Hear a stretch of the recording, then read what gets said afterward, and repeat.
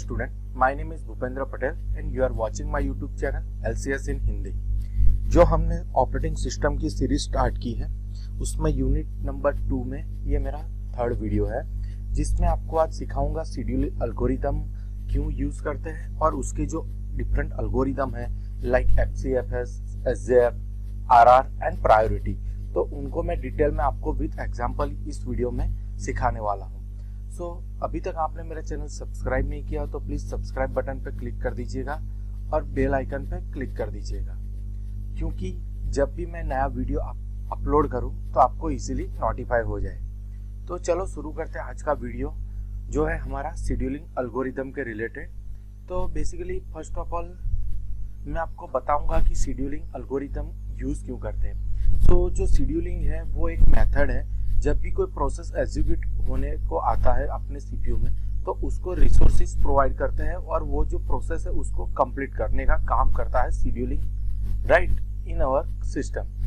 The work may be virtual computation elements such as thread, processes और data flow which are in turn schedule on the hardware resources. Means जो thread है, process है और other data flows है, जो भी computational work होता है, मीन्स काम होता है, तो वो जो डिपेंड रहता है जो हार्डवेयर पे है, रिसोर्सेज पे, तो वो जो सारी प्रोसेस होती है वो शेड्यूलिंग एल्गोरिदम कंप्लीट करता है। मीन्स शेड्यूलिंग करता है कि कब किसको क्या रिसोर्सेज एलोकेट करना है, राइट।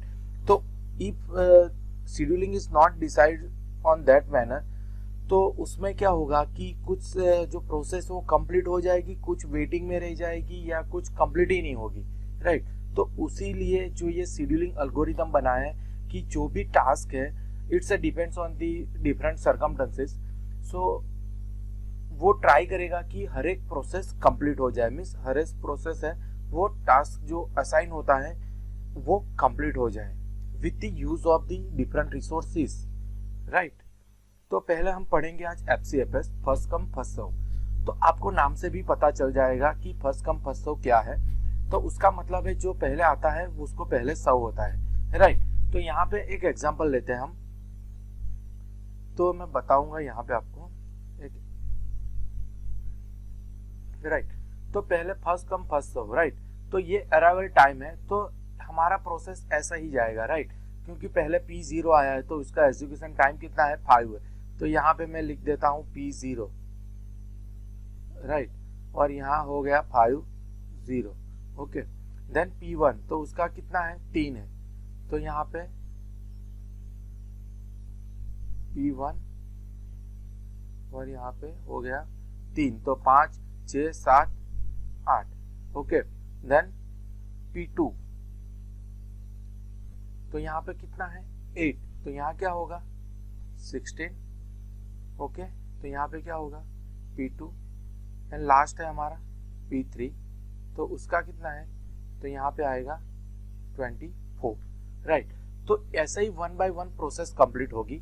लेकिन जब भी हम यूज करेंगे कि हमें कोई वेट टाइम या कोई भी एवरेज टाइम चाहिए कि कितना वेट करती है एक प्रोसेस, राइट, तो वो इसके हिसाब से निकलती है, मीन्स सर्विस टाइम के हिसाब से। तो यहाँ पे इक्वेशन दिया गया हुआ है कि वेट टाइम कैसे फाइंड करें, तो service time minus arrival time. तो P0 का है तो क्या है, 0 माइनस 0, 0 माइनस 0, तो it is equal to 0। Then 5 minus 1 for P1 तो is equal to 4। Then 8 minus 2 then 6, then 16 minus 6 then 3, then 13। तो इसका ओवरऑल जो भी होता है तो वो क्या है, इसका टोटल डिवाइड बाय 4, क्योंकि हमारे पास 4 प्रोसेस है। तो ये जो टाइम आता है उसे हम बोलते हैं वेट टाइम और average wait time of the different process, right. So ये था हमारा first come first serve scheduling algorithm. चलो मैं आपको बताता हूँ शॉर्टेस्ट जॉब फर्स्ट कैसे कंसीडर करते हैं, मीन्स कैसे कैलकुलेट कर सकते हैं। तो यहाँ पे जो हमारी प्रोसेस है P0 P3, then arrival time and execution time, right.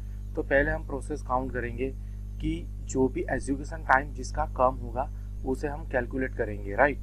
तो पहले P0 है, 0 minus 0 then is equal to 0। Then आता है हमारा P1, राइट। तो उसको एग्जीक्यूट होने में जितना टाइम लगता है उसे हम बोलते हैं एजुकेशन टाइमलाइन, लाइक जो यहाँ पे नॉन प्रीएम्प्टिव अप्रोच है वो है शेड्यूलिंग एल्गोरिदम। तो यहाँ पे हम टाइमलाइन लिखते हैं। तो पहले क्या होगा कि जब भी P0 से स्टार्ट हो जाएगा तो P0 यहाँ पे आ जाएगा, राइट। लेकिन वो 1 में ख़त्म हो जाएगा क्योंकि उसकी जो जॉब साइज है वो हाई है। देन सेकंड कौन सा है, P1, राइट। तो वो पहले ख़त्म होगी। तो उसकी कितनी एजुकेशन टाइम है, 3 है। तो यहाँ से 1 और 5 हो जाएगा, 2 3 4 यहाँ पे आएगा P1। अभी कौन सा आएगा, अभी वापिस आएगा P0।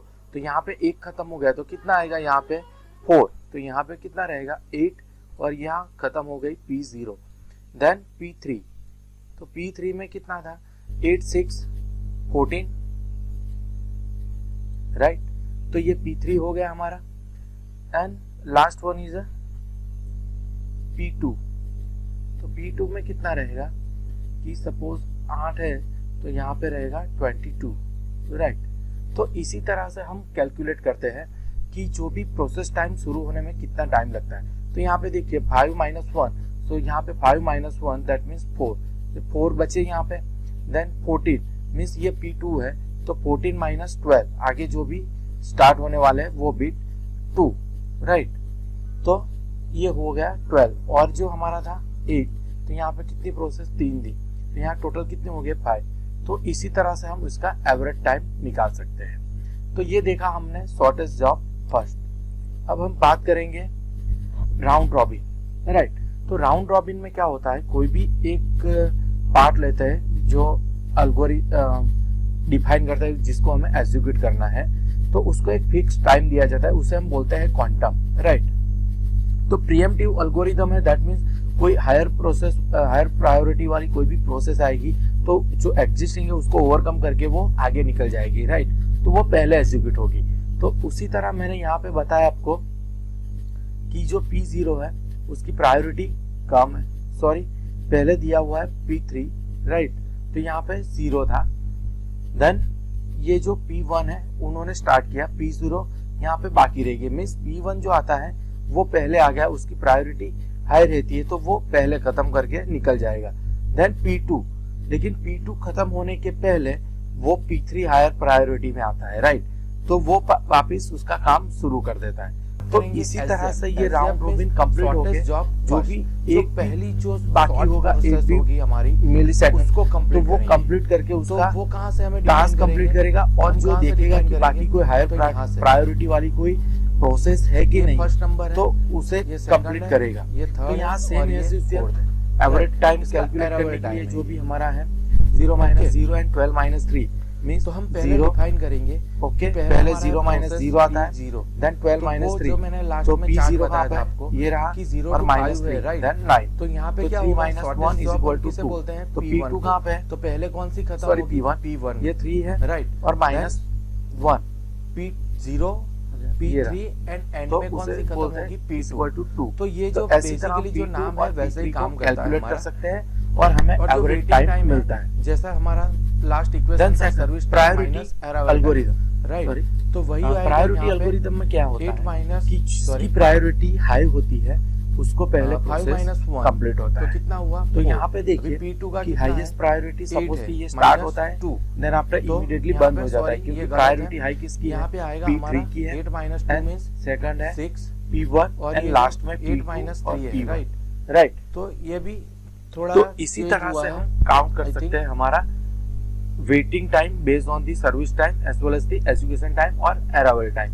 तो यहाँ पे मैंने -1 ओके एक टेबल में लिखा भी है जो मैंने प्रीवियस वीडियो में आपको कैलकुलेट करके बताया, सेम ही मेथड है। So you can calculate yourself. If you have any doubt to calculate this one, please write in the comment box, so I will upload again next video with the different example, so you can easily understand this algorithm, right? So thank you so much for watching my YouTube channel, and you can don't forget to follow me on Facebook as well as the Instagram. Thank you.